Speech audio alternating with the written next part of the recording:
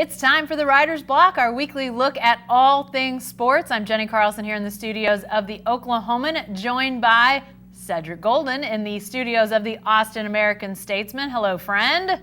What's up, Jay Carr? Whole lot of NBA, some U.S. Open, some Women's World Cup. We'll talk about all of that and then some probably during this week's Writer's Block. But let's start with the NBA. And we got to start with Kevin Durant, Cedric, because he comes back in Game 5, that critical must-win game for the Warriors in Toronto.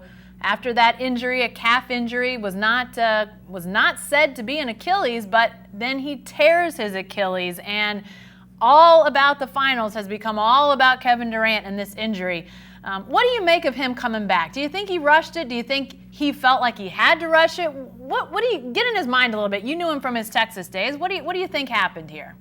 Well, deep down, I know that Kevin Durant's a tough guy, and the last thing he wanted was to leave Golden State, with them saying he already had a foot out the door. So what he did is he was out for a month. So he came back, he delivered 11 points in the first quarter, three three-pointers, and looked like the old KD, and then he tore his Achilles. I always thought it was an Achilles injury when he got hurt in the previous series instead of a calf, because I've seen people get hurt and he grabbed at the same spot that an Achilles injury would be. But what it did is it basically showed how much he loves Golden State, or how much he loves his reputation, because he didn't want to be the guy that bailed on his teammates. I'm not sure I buy the crocodile tears from Bob Myers, the president of basketball ops. That was kind of painful to watch. But what it really did to me is it showed how much these guys respect Kevin Durant, how much he respects them. You never see, when a guy gets hurt really bad, there's always the 11th and 12th man on the bench, always are the guys taking him back to the back.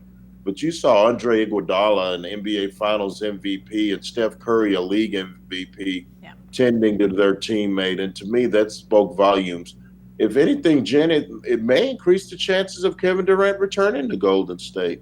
Yeah, it's definitely interesting. You know, you mentioned those guys taking him back to the back, and I said out loud as I watched and realized who was with him, I said, don't they have a game to play in? Aren't they needed out on the floor? But there they were in the back hallway with Durant. You know, I don't know, said this whole injury brings up the issue of how long Durant will be rehabbing, when he'll be available. I mean, clearly, if you're a team that wants Kevin Durant, you go after him even if he's going to be sidelined with this thing for, even this whole next season. You don't know when he might be back.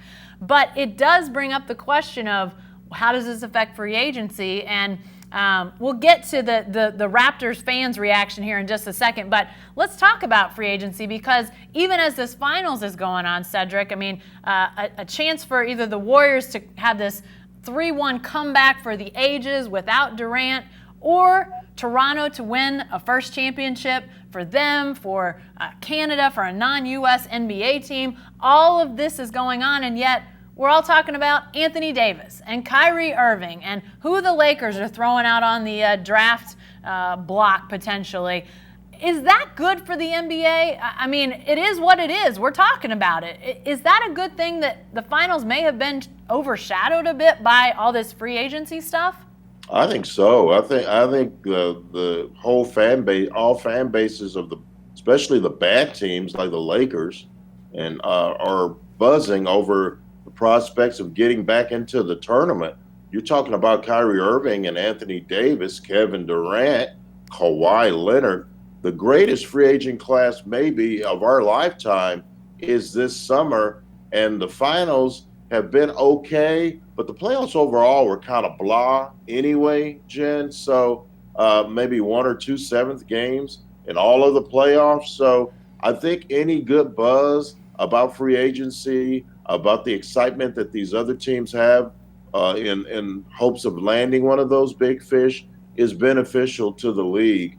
It kind of overshadows what might end up being a really bad NBA Finals if the Toronto Raptors close out Golden State. 4-2 series doesn't really get anybody excited. They'd love for it to go 7 games and kind of salvage what's been kind of a hard luck series for the Warriors, who've been battling some injuries. Yeah, for sure. I think everybody in Toronto would be okay if it went 4-2 and that was it. I think they'd be I think pretty so excited by it. Obviously everybody's so pumped for Game 5, and then it didn't go the way Toronto had expected, and frankly seen it going there in the fourth quarter. Heck of a comeback by the Warriors at a time when they're without Durant, obviously. Also, I mean, their whole roster has really been affected by injury, it seems like, at some point. So just to still be in this thing, I know they've got so many All-Stars, you almost don't feel bad that they're down to 2 or 3. But at the same time, they are battling a team that is playing really well. Kawhi Leonard obviously playing at a high level, Kyle Lowry, Serge Ibaka, Siakam. I mean, on and on down the list. They've got some really good guys over on that Raptors side. But said before we stop talking about all things NBA finals, at least, we got to talk about the Raptors fans' reaction to Kevin Durant's injury. I've seen a lot of scuttlebutt about this. I'm sure you have too. Some people saying that, not everybody in the arena can see Kevin Durant on the floor, what he's doing. There was a steal, there was a play. Was the reaction to that? Was the reaction to him being hurt? I think pretty clearly some people were reacting to him being hurt. But so much talk about this, and it brings up the question, do other fan bases do this? I think the answer is probably yes from time to time. But it did sort of sully what's been a pretty feel-good story about all these Canadians and their friendliness and just how great they've been during these finals. It sullied that at the very least. It's been on both sides. People are mad at the photographs of guys pointing at Durant and clapping while he's grabbing the back of his heel.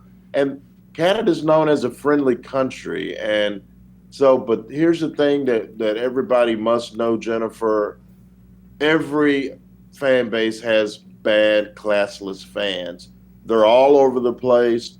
A lot of them have money on the game. So when they see Kevin Durant go down, that increases their chances of cashing in their bet and winning some money. They're also so into trying to get a championship, a lot of them, of the first non-American NBA title, that people are letting their emotions flow. And it was unfortunate. The nice thing that I liked about it, Jen, is you saw Serge Ibaka and Kyle Lowry trying to tell the fans, no, don't clap because Kevin Durant is hurt. Yeah. Those guys understood that could be me grabbing my Achilles. And the news has come out today on NBC Sports that Kevin Durant's probably going to miss the entire 2020 season. So we're talking about livelihoods here. We're talking about a guy's passion.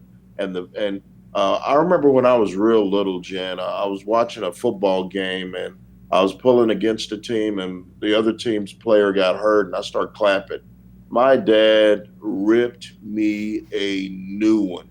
Don't you ever clap when somebody gets hurt. My dad was in the military, so he didn't play that. Yeah. He'd seen some things that we haven't seen, Jen. Yeah. And so he goes, don't you ever clap when somebody gets hurt, because that could be you. That could be your teammate. How would you feel then? Yeah. At the end of the day, these are human beings. I know they make a lot of money. I know you want your team to win, but there's no place in any sport. I'm talking to you too, Raider Nation. No place in any sport to cheer when someone gets hurt. Yeah, and that's exactly right. It was unfortunate, and I think there probably were some people that weren't aware of what happened. When a player goes down, ends up on the floor, a lot of times it's, you feel like, hey, the guy's getting a little bit made a fool of, maybe that sort of thing is happening. But if you didn't see the whole thing, if you saw it all, you realized, okay, this guy's hurt. He's going down because he hurt himself. But I don't give a pass to the Raptors fans, because I definitely think there were too many people who were reacting to the injury. But I do think there had to be some. You can't see everything from every vantage point in the arena, and there was something else happening on the court at the same time. So, I don't give them a full pass, but I do think it's worth, remembering that there was some other stuff happening out there. Maybe not pass, total judgment on all of Canada about their bad behavior. I'm not sure all of Canada deserves that. So.